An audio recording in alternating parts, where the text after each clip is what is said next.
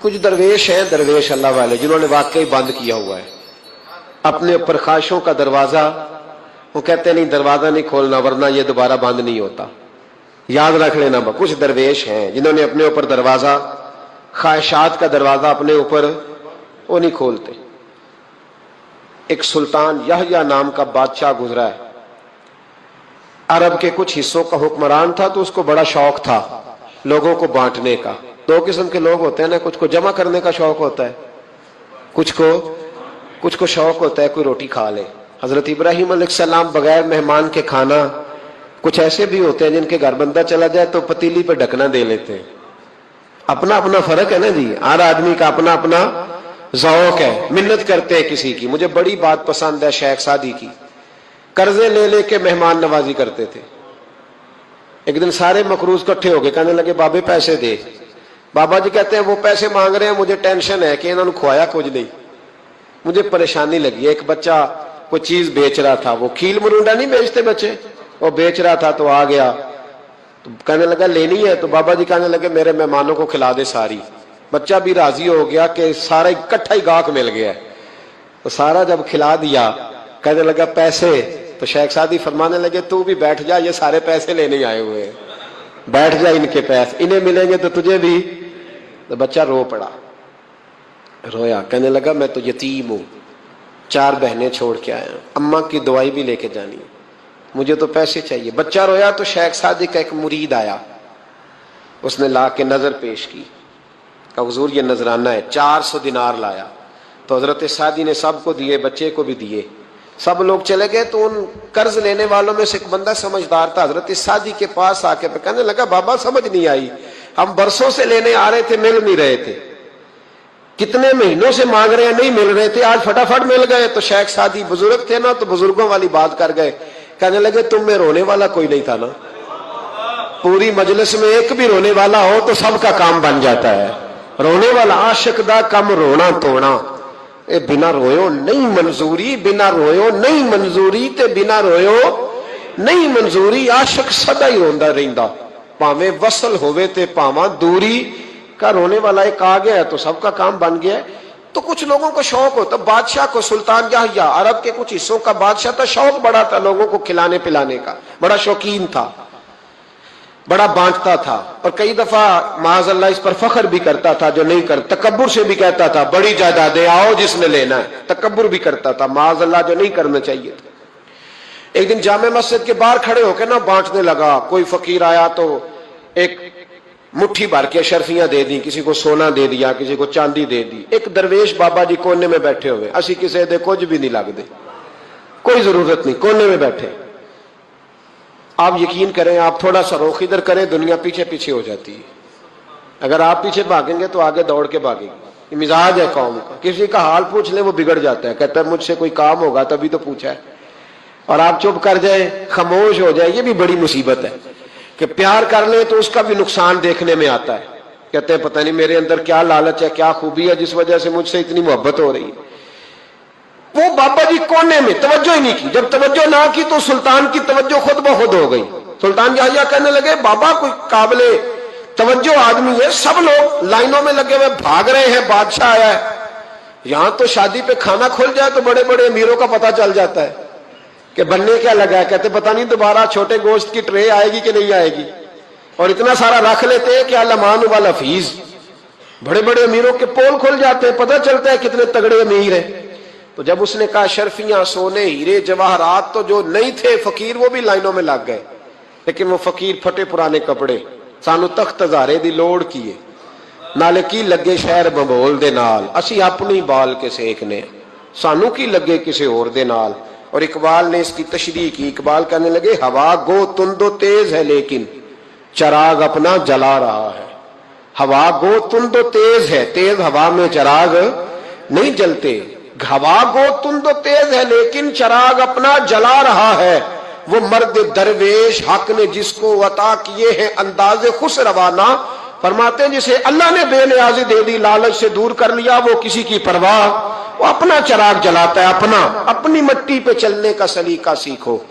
سنگ مرمر پہ چلو گے تو پھسل جاؤ گے، وہ بابا بیٹھا ہے تو بادشاہ کہنے لگا اسے بھی بلاؤ. بابے کو بلایا, کہنے لگا تجھے کچھ نہیں چاہیے؟ بابا کہنے لگا چاہیے تو بڑا کچھ, پر تجھ سے نہیں چاہیے.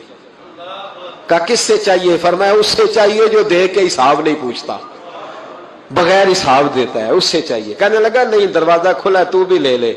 بابا کہنے لگا میں لے تو لوں پر تو دے کچھ نہیں نہ سکتا. بادشاہ کو غصہ آیا, اکڑ تھی, تکبر تھا. کہنے لگا تو کیوں نہیں میں دے سکتا, تو سوال کر.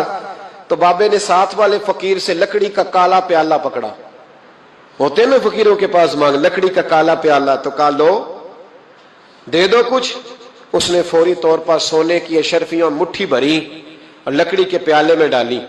اب جب پیالے میں ڈالی تو کڑ کڑ کی آواز تو آئی, پر پتہ نہیں وہ کدھر گئی ساری اشرفیاں. دوسری مٹھی ڈالی تو پھر کڑ کڑ کی آواز آئی, پر اشرفیاں کدھر گئی کوئی پتہ نہیں چلا. تیسری, چوتھی, پانچویں, بابے کا پیالہ خالی کا خالی. 2 دفعہ بھی, 4 دفعہ بھی. یہ بادشاہ لوگ ضدی ہوتے ہیں, مانتے نہیں جلدی, کیونکہ انہیں کسی نے بتا دیا ہوتا ہے نا سارا کچھ تم ہی ہو, اڑ جاتے. ہاں جو جس منصب پہ بھی بادشاہ ہوتا ہے اڑ جاتا ہے. اس نے کہا میں بھی ضدی ہوں, پیالہ بھر کے چھوڑنا ہے. ایک بوری منگا لی, دوسری منگا لی, تیسری منگا لی. بابا خوش ہے, مطمئن ہے, چلو ڈالو, تم نے کہا تھا ملیں گی.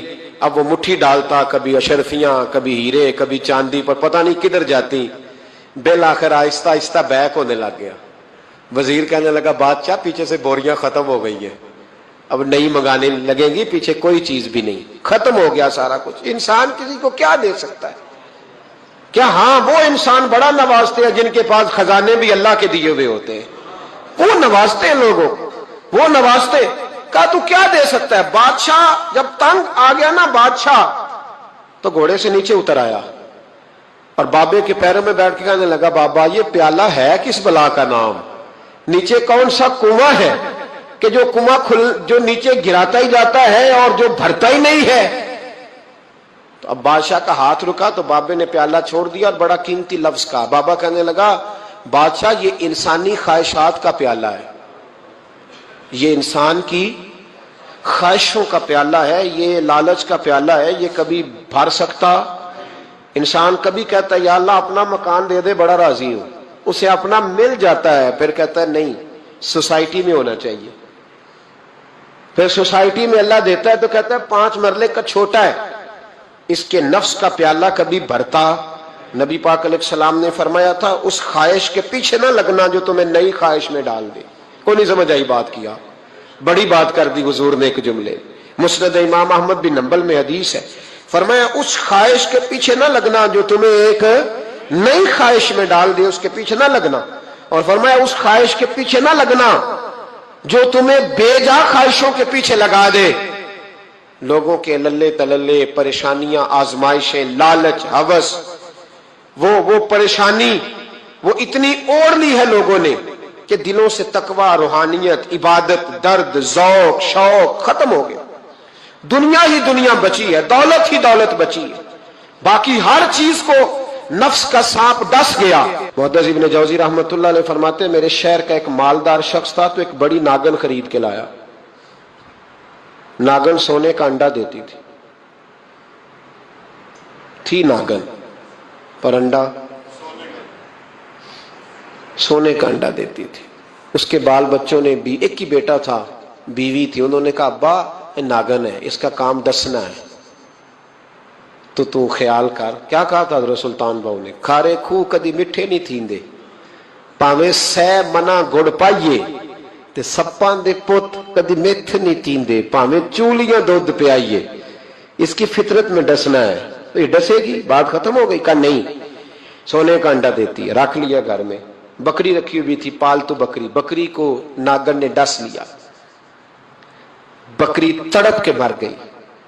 بیوی اور بیٹا کہنے لگے خیال کر, بکری کو ڈس لیا نا اس نے کہا بکری کتنے کی؟ کہا 6 دینار کی. سونے کا انڈا کتنے کا؟ کہا 50,000 دینار کا. تو کہنے لگا چھوڑو, انڈا تو مل رہا ہے نا, اگرچہ ناگن ہے, انڈا تو آ رہا ہے نا. کچھ دنوں کے بعد گھر میں گھوڑا رکھا تھا, گھوڑے کو ڈس لیا, تڑپ کے مرا گھوڑا. اس کو پھر سمجھایا بیوی اور بیٹے نے کہ بس کر دے, یہ ناگن ہے, یہ ڈسے گی. اس نے کہا گھوڑا کتنے کا؟ کہا 20 دینار کا. تو انڈا کتنے کا؟